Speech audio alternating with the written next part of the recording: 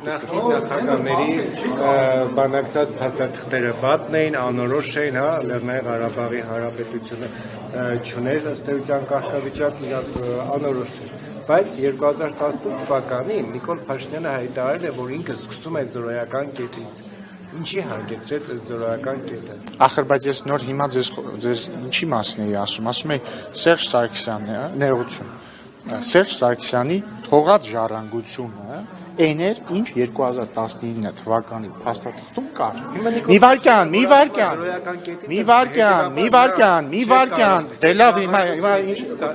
ավարտեք, ես կավարտեմ։ Ավարտեցիք։ Դուք ասում եք, որ դուք հիմա չեք ավարտում, դուք կրկնում եք ձեր նախորդ ասածը։ Ավարտեցիք հիմա։ Դուք որտեղ շեղում եք իմ հարցը եւ ուզում եք պատասխանել։ Իսկ կարող է դուք շեղում եք իմ պատասխանը։ Դուք ուղիղ ասեք, Նիկոլ Փաշինյանը երբ որ զրոյական կետից է Խնդրում եմ ավարտեք, որ պատասխան ուներ։ Ինչ ժառանգություն, եթե զրոյական կետից է։ Ավարտեցիք։ 2019-ի փաստաթուղթը, որը ինչպես նոր ֆիքսեցինք, նոր առաջարկ չէ, եւ 2018 թվականի դրությամբ, այսինքն Սերժ Սարգսյանի թողած ժառանգություններ գնահատման փուլում է եղել Հայաստանը։ Եթե ձեր հարցի ենթատեքստը, իսկ ձեր հարցի ենթատեքստը հետեւյալն է, որ ընդդիմությունը ասում է, չէ, որ Փաշինյանը եկավ, ամեն ինչ թողեց մի կողմ, մերժեց այդ պահին սեղանին արկա փաստաթուղթը եւ ինչ որ նոր բաներ ասեց։ Ես հիմա ապացուցում եմ, որ այդպես չի, որտեղ 2000 Դա Նիկոլ Փաշինյանն ասել, ես ասում եմ զրոյական կետից։ Ինչ ընդդիմություն, ով ընդդիմության անունը տվեց։ Ես էլ ձեզ ասում եմ, որ 2019 թվականի փաստաթուղթը, որը Սերժ Սարգսյանի ժառանգությունն էր, մի բան էր, որը սեղմագիրն էր Սերժ Սարգսյանի նախագահության ավարտի դրությամբ։ Այդ փաստաթուղթը հայկական կողմը չի մերժել։ Հիմա Նիկոլ Փաշինյանը զրոյական կետից է սկսել, թե ոչ։ Զրոյական կետը 2019 թվականի սեղմագիրն է, որը նույն ինքը ախր հենց նոր վարչապետ Փաշինյանը դες ասեք զրոյական կետը որն է եղել։ Ասում է ես եմ ԵԱԿ Մինսկի խմբի համանախագահներին ասեք հիմա կտակ մի հատ հասկանանք վերջին դրությամբ իրավիճակը զրոյական կետը որն է։ Եվ իրանք տվել են 2019 թվականի սեղմագիրը։ Պատասխանեցի ձեր հարցին։ Այդտեղ սեփական բառ, հետևաբար անիմաստ է։ Դե դուք եք զրոյական կետից հարցնում։ Երեկմանից արդեն ընդդիմադիրները մասնավորապես ՀԿ փոխնախագահից պատասխանեցում է կհերձեն։ Ով է պատասխանը։ Արմեն Աշոտյանը։ Նախ ձեզ կհերձեն, հետո լայվ մտավ հավանաբար հերձեց, հետո ասում է Նիկոլ Ինչ, մարմնի որ մասն էր ուզում հերձեր։ Հետո ասում է, որ Պուտին Սարգսյան այդ նամակը կախեք ձեր վզից եւ հասկացեք, թե ոնց են պետությունը եւ պետական շահը պաշտպանում։ Լավ, ո՞րն է ձեր հարցը։ Իմ հարցը հետեւյալն է, եթե այդքան դուք ներառում եք, որ վատն էին, նախորդ փաստաթղթերով հանձնում էին ամեն ինչ, ոնց ստացվեց, որ պետական շահ էին մարդիկ։ Լավ հարց եք տալիս, իրոք լավ հարց եք տալիս։ Հիմա խնդրում եմ, այն հիշում եք, չէ, երկու բաները ինչի մասին պայմանավորվել ենք։ Մեկը դուք, անձամբ դուք չեք խոսում, երբ որ հարցերին պատասխանում, մյուսը դուք բոլորը ձեր շատ արժեքավոր մեկնաբանությունները դեռ չեք ասում, մինչև ես հարցի պատասխանը չավարտեցի։ Հաջորդը Դուք սկսենք մի քիչ հումորային հատվածից շարունակենք լրջով։ Դուք ասացիք, որ պարոն Աշոտյանը ուզում է հերձել մեզ։ Նախ խնդրում եմ կրկին ճշտել մարմնի որ մասն է ուզում հերձել եւ երկրորդը գուցե օրինակ ուզում է մեր մազերը հերձելով կտրել, քանի որ ինքը սուբլիմացնում է իր մազերի բացակայությունը, չգիտեմ։ Հաջորդը շատ տարօրինակ է, չէ՞, օրինակ, եթե Արտուր Հովհաննիսյանը մեր պատգամավոր տես բան ասած լիներ, ես վստահ եմ դուք բոլորով գալու եք ասեիք կարաուլ, դուք փաստորեն ուզում եք բժշկական բանով դանակով հերձել մարդկանց, հա, ուզում եք այդպես հերձել ասելով դուք նկատի ունեք, որ ուզում եք կտրել Էդգար Ղազարյանի ականջը, չեք ասեիք, չէ՞ տես բաներ, բայց հիմա դուք չեք ասում։ Դուք շատ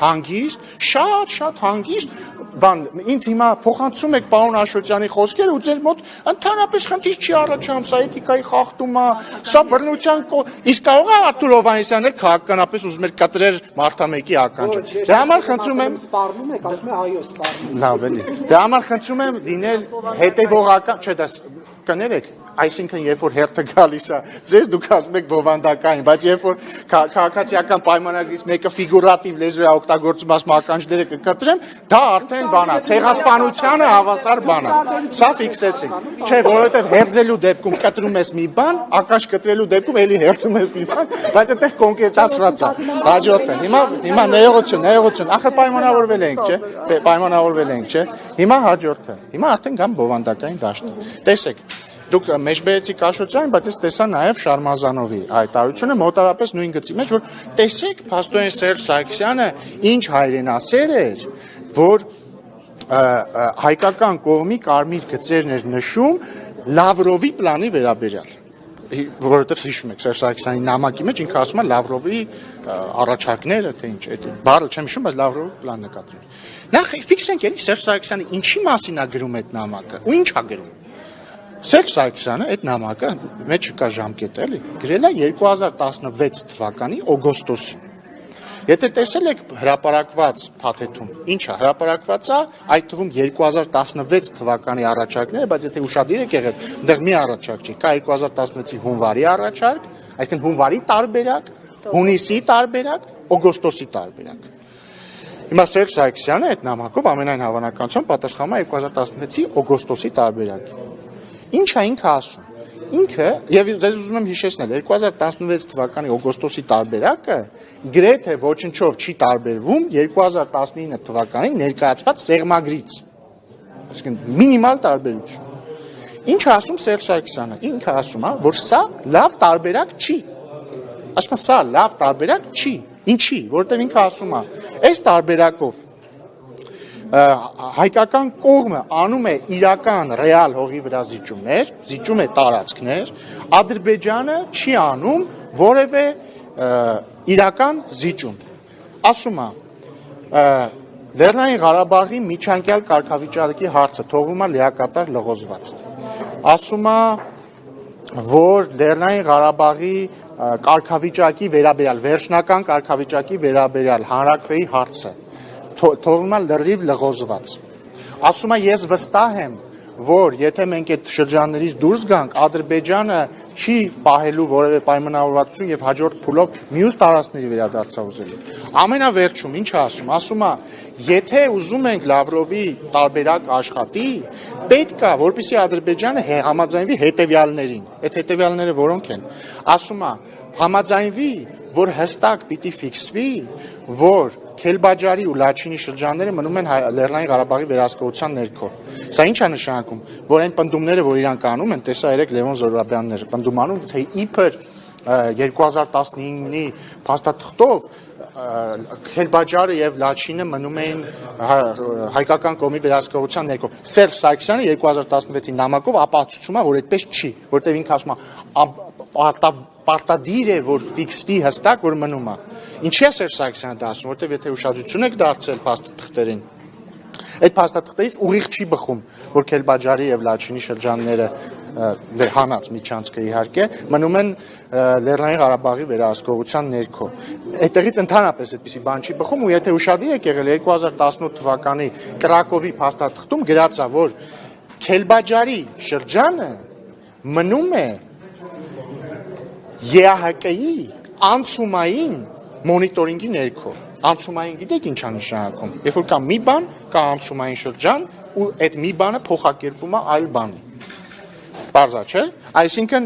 անցում հայկական վերահսկողությունից անցում այլ բանի։ 2019-ի սեղմագրում էլ կա, որ Քելբաջարի եւ Լաչինի շրջանները մնում են ԵԱՀԿ-ի մոնիտորինգի ներքո։ Հաջորդը Սերժ Սարգսյանը 2016 թվականի էլի նամակում ասում է, որ անհրաժեշտ է ֆիքսել, որ այն շրջանները, որից հայկական կողմը դուրս է գալիս, պետք է լինեն դեմիլիտարիզացված։ Էլի ինչի ասա կարևոր, էլի տեսապնդում էր էլի նույն Լևոն Զուրաբյանը երեք, որ 2019-ի առաջարկով ենթադրվում էր, որ այն շրջանները, որից հայկական կողմը դուրս էր գալու, լինելու է դեմիլիտարիզացված։ Նրան հերքում է Սերժ Սարգսյանը 2016 թվականի Պուտինին ուղղված նամակով։ Ինչու է դա անում, որովհետև կրկին եթե կարդաք այդ տարբերակները, այդտեղից ուղիղ չի բխում, որ այդ տարածքները լինելու են դեմիլիտարիզացված, որովհետև այնտեղ ինչ ասում, կողմերը կառաջարկեն ԵԱԿ Մինսկի խմբի նախագահությանը, որպեսզի վերջինս դիմի ՄԱԿ անվտանգության խորհրդին, որպեսզի ապահովի այդ շրջանների դեմիլիտարիզացիան։ Համաձայն եք, որ դա ամենևին 100%-անոց պայմանավորվածություն չի դեմիլիտարիզացիայի մասին։ Եվ մի վարքյան էլի, մի վարքյան։ Հիմա բայց ես ամեն ինչ ես ինչի նկարագրեցի։ Որովհետև իրականում Աշոտյանն ու Շարմազանովը ինչ են ասում։ Ասում են, որ այդ տարբերակը վատն էր։ Սերժ Սարգսյանը դրան չի համաձայնվել, դրա համար, տեսեք ինչ հերոս է, բայց չեք տեսնում, որ ակնհայտ տրամաբանական խզում կա, որովհետև այդ նույն մարդիկ մեզ ասում են այ դավաճաններ, ինչի 2019-ի հանճարեղ տարբերակը չեք ընդունել։ Դե հիմա ես հետ եմ ֆրցնում ու իրանց եմ այդ հարցը տալիս։ Այդ դեպքում, այդ տրամաբանությամբ արդեն ֆիքսեցինք եւ ապացուցված է, որ 2019-ը նույն 2016-ն է, բայց այդ դեպքում այ սիրելիներ Դες չեմ ասում դավաճաններ, այ սիրելիներ ըստ ԿՊ էթիկայի կանոնագրքի։ Բայց այդ դեպքում եթե այդքան լավ տարբերակ էր, ինչի դուք 2016-ին չեք ընդունել, եւ B, եթե այդքան վատ տարբերակներ, ինչի հիմա եք պնդում, ինչի եք մեզ ասում, ինչի չեք ընդունել դա։ Հասկացաք դրա անբարությունը։ Հիմա խնդրում եմ հերթով։ Որպես դրաշ տարբերակներ կային։ Թող ինքը որտեղ փաստեր անհնար է վիճարկել։ Դա սեղմագիրավոր նախապատմություն ունի, որովհետև որևէ բանակություն զրոյից հնարավոր չի սկսել, դա երկար տարիների պատմություն է։ Բայց ես ուրիշ բան եմ ասում, եթե այդպես է, դուք ձեր օրոք հայերեն եւ Արցախը եւ պատերազմը, դուք արդյոք քաղաքական նոխազ եք դարձել, թե ձեռնարկեիք ամենահարմար ձեռով բարձր ուզել։ Տեսեք 2018 թվականին մենք եկանք իշխանության Թավշյա հեղափոխության շնորհիվ եւ միջոցով։ Եթե դուք նկատել եք Սերժ Սարգսյանի եւ Հանրապետական կուսակցությունը Նիկոլ Փաշինյանի վարչապետ ընտրվելու հաջորդ օրվանից սկսած սկսել են մեզ մեղադրել, որ մենք եկել ենք իշխանության, որպեսզի Ղարաբաղը հանձնենք։ Հետադարձ հայացքով որ նայում ես տեղի ունեցել հետևյալը։ Նախ Սերժ Սարգսյանը իհարկե պիտի գնար Թավշյա հեղափոխությամբ, ինքը ձև չուներ, որովհետև ժողովուրդը իր խոսքն ասել էր։ Բայց ես ենթադրում եմ, որ իր հրաժարականի հաջորդ օրվանից իսկ ինքը իր մտքում ծնել է նոր հանճարեղ պլան, քանի որ իր կյանքը կտրուկ փոխվել էր, ինքը չգիտեր ինչ աներ, եւ ենթադրում եմ, որ իմանալով, որ ինքը բանակցային գործընթացը եւ ոչ միայն բանակցային գործընթացը, կրկնում եմ, հիշեք էլի, ռազմական բալանսի մեծացում Ադրբեջանի Հայաստանի նկատմամբ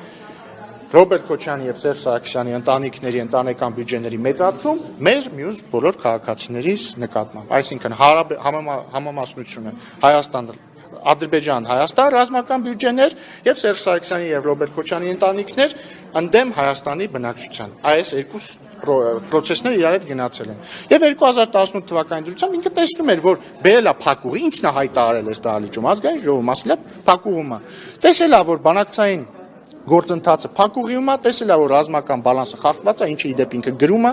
Վլադիմիր Պուտինին իր նամակի մեջ։ Ինքը մտածել է, շատ լավ, օքեյ, լավ, ինձ հանեցին իշխանությունն, այս իշխանազավթ ժողովուրդը իմ աստվածատուր իշխանությունը խլեց իմ ձեռքից, ժողովուրդը ասելով նկատում եմ Հայաստանի ժողովրդին, ոչ թե մեզ։ Ես շատ լավ կսպասեմ, ակնհայտ է, որ պատերազմը անխուսափելի է, եւ սրանց հետո կասենք դավաճան, թուրք, թրքաբարո, հողատու դավաճան, եւ հետ կգանք իշխանություն։ Տեղի է ունեցել հետեւյալը, Հայաստանի ժողովուրդը ի հեճուկս իրանց իմաստուն ժողովուրդ է, հայ ժողովուրդը ժեղ չի, դեբիլ չի, հիմար չի, հայ ժողովուրդը աշխարհի ամենաիմաստուն ժողովուրդներից մեկն է, եւ հայ ժողովուրդը տեսել է, թե ինչ է ունեցել։ Մենք ինչ ենք արել, մենք փորձել ենք այս անալոգիան բազմից բերվել, հա, երբ որ մենք նստել ենք մի մեքենա, որը գլորվում է դեպի անդունդը։ Մենք փորձել ենք այնպես անել, որ չգլորվենք դեպի անդունդը։ Այդքան բան։ Եվ մի կարևոր հանգամանք էլ ասեմ, էլի։ Մի հատ շատ կարևոր փաստարկ կա, որը էլի մեր ընդդիմադիր գործընկերները չեն խոսում դրա մասին։